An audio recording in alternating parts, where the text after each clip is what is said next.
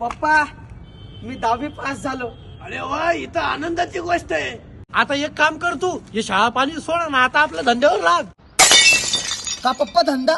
ओ पप्पा मी धंदा नाही करणार. नाही, मला शिकायचं आहे, मला नीटची प्रिपरेशन करायची आहे, मला मोठा डॉक्टर व्हायचा आहे. माझे बी काही स्वप्न आहे यार. हराम खोरा, तू या दिवशी का पाडूपासून मोठं केलं का? म्हणजे तुला शिकायला शहरात जावं आणि आम्ही इथं गावामध्ये का गोट्या खेळायचं का?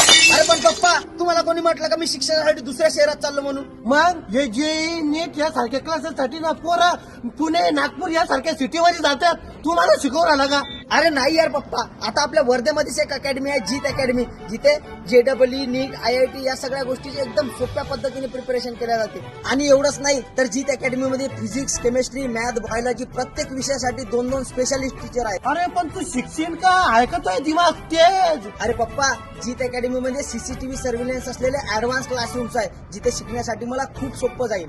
आणि एवढंच नाही तर इथे चालू असलेले रेग्युलर काउन्सिलिंग सेशन, जे माझ्या भविष्यासाठी खूप बेनिफिशियल आहे. अरे वा पोरा, असं आहे का? तू शिक, मोठा डॉक्टर होय. हे धंदा पाणी ना मी पाहतो. थँक्यू पप्पा, थँक्यू.